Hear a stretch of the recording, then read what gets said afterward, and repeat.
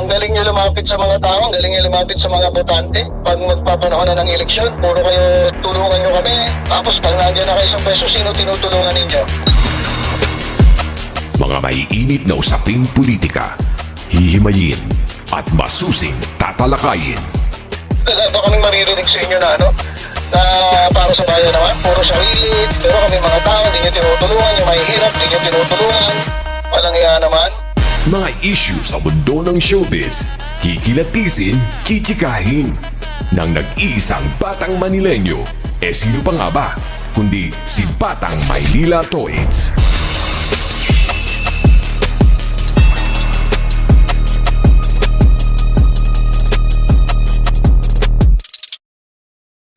Yon, magandang tanghali po sa inyong lahat mga kababayan, Batang Maynila Toits. Pag-usapan natin itong nasa ating screen, si Senator Bato de la Rosa. Ay mga kababayan, pag-usapan natin Senator Bato de la Rosa. Kasi meron na naman siyang sinabing palpak mga kababayan . Kasi etong si Bato de la Rosa mga kababayan, ayon kay dating Pangulong Rodrigo Duterte, lalong-lalo na nung in-address niya yung mga DDS, sabi niya, huwag kayong mag-alala kay Bato. Sabi niya, huwag kayong mag-alala kay Bato. Kasi si Bato, akin yan. Yan. Sabi ni Duterte, akin yan.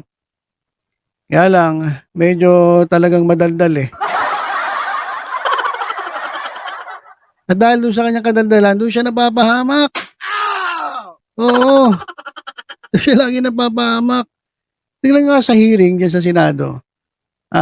Lagi siya sinasabi ng point of order, point of order. Kasi sobrang daldal .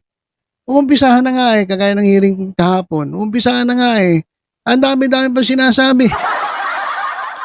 Kaya sabi tuloy ni Senator Tolentino, point of order. O saan na po ba tayo magsisimula? Anong oras na? Kaya naman ito mga kababayan, si Bato de la Rosa, talagang napapahamak dahil sa kanyang bunganga. What? Sa bunganga niya. Kaya sabi ni Duterte, ito naman ay mapagkakatiwalaan. Talagang sa atin yan. Kaya lang, problema nga, yung bunganga, minsan madaldal. Kagaya nito mga kababayan.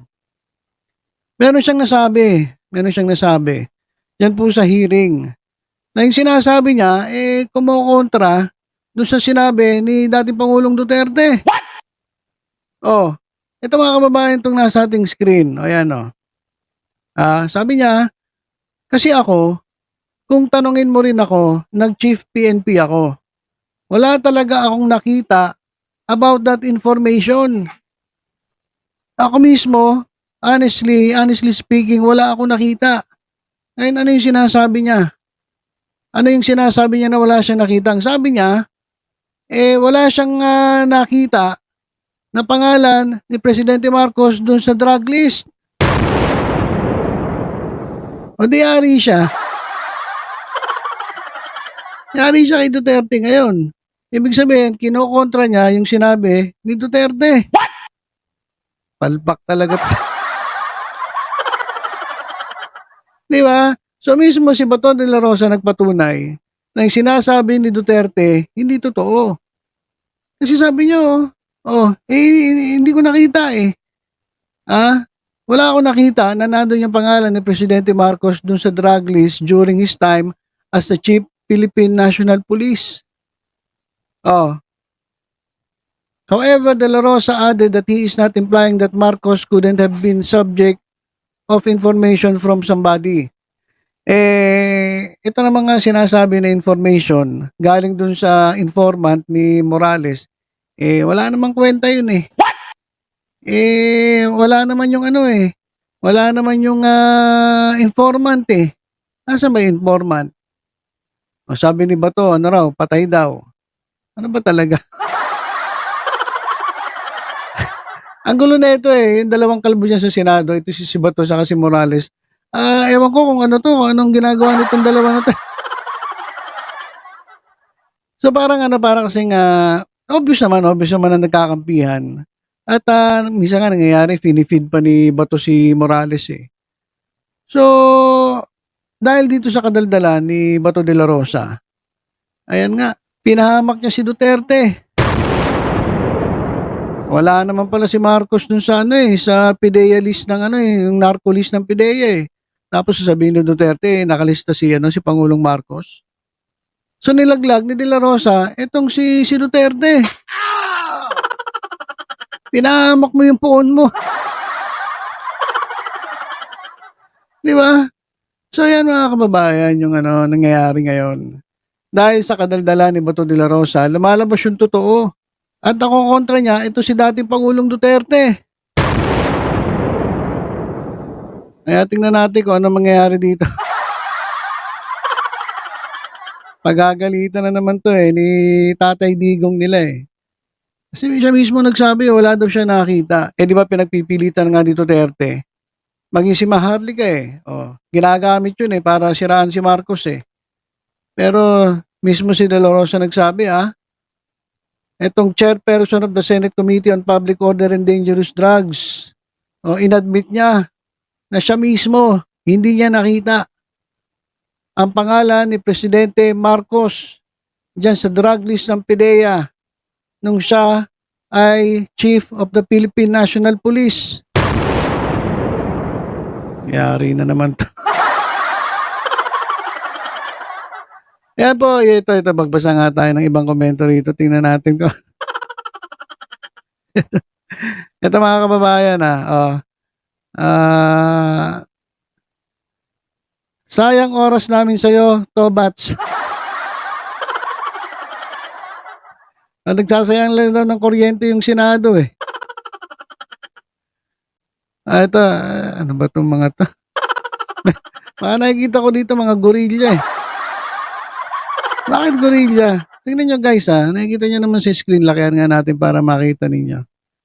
Ayan Bakit may mga gorilla dito? Nagsasayaw yung gorilla eh. Sabi rito, pag ang lata walang laman, pag lata walang laman. Pag ang lata walang laman, maingay. Baka yun po ibig niya sabihin. Tingnan nga natin itong mga komento rito.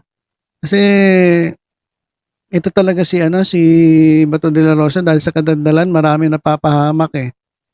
Malapit ka lang umiyak uli, Bato.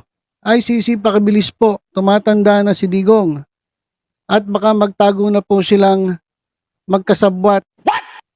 Ayun po yun.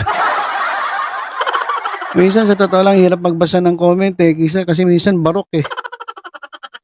Barok yung mga comments minsan eh. Ito.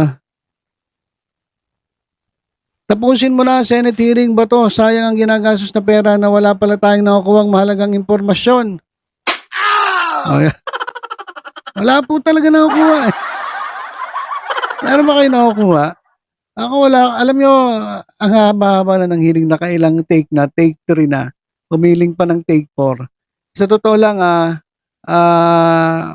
wala pa sila, meron pala silang napatunayan. Lalong-lalo na si Morales. Ang napatunayan ni Morales, siya ay napaka-sinungaling. Yan lang po napatunayan niya. Wala na po siyang ibang napatunayan. Napatunayan niya lang na siya ay ubod ng sinungaling. At sa 10 sinabi niya, ang mali 15. Ganyan po yan si Morales. Kaya ito. So ginagamit ka lang ni Doging para siraan ang gobyerno ni BBM at nagsasayang lang ng pera o nagsasayang ng pera ng bayan. Nagagalit na yung mga tao eh. Sa totoo lang sinasayang nyo lang talaga yung pera ng bayan eh. Biruin nyo, dami mo iniimbita ron, tapos pinapakain nyo pa ng merienda. Diba? Pinapakain nyo ng merienda, sayang nga daw yung ginagastos nyo dun sa mineral water. Wala naman nangyayari eh. Parang nangyayari, circus na yung nangyayari dun eh. Wala na sa ayos eh. Kaya, wala tayong magagawa. Pumili kayo ng senator na na wala namang alam eh. Di kasalanan nyo yan. Di ba? Dapat pagsasampalin nga kayo eh. Yeah. Kayo may kasalanan yan. Ilagay-lagay nyo si Bato dyan. Oh. Ngayon, naging head pa. Chairman pa ng public order at dangerous drugs. Tapos ngayon, hindi pala marunong humawak ng hearing. Kayang-kaya pa ikutin ng mga resource person. Tapos meron pang sariling interest. What? Wala na. Kaleche-leche na mga kababayan. Diba? At ito, doon sa sinabi niya, pinahamak niya pa si Duterte, mga kababayan. Pinalabas niya, sinungaling si Duterte. Kasi sabi niya sabi kasi ni Duterte, nakita ko yung pangalan ng ating presidente, Bongbong Marcos, doon sa PDEA list. Tapos si Bato naman, ano sabi ni Bato?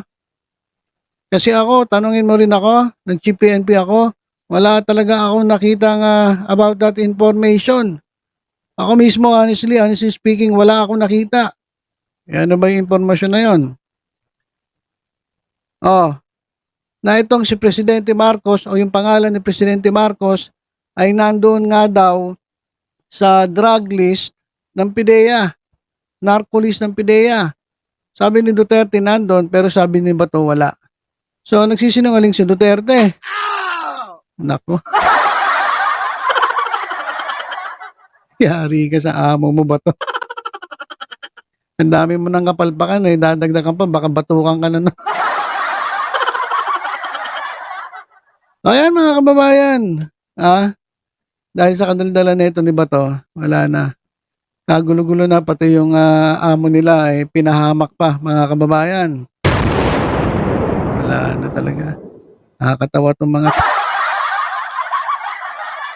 Nakakatawa na lang kayo. So, yun lang. Simpleng-simple lang pinag-usapan natin. Basta, yun lang. Pinahamak ni Bato de la Rosa. Etong si Pangulong Duterte, si dati Pangulong Duterte, at sinabi niya, tagal-tagal niya naging PNP chief, hindi niya nakita yung pangalan ni Marcos dun sa drug list na sinabi ni Duterte na nakita niya. Nagkokontrahan yung dalawa. Bahala na kayo. Bahala na kayo mag-isip. Bahala na kayo mag-rumble, mga DDS dyan. So, ayun lang mga kababayan. Tutok-tutok lang dito sa Batang Maynila to. Sa iba pang updates. Ingat po tayong lahat. God bless po.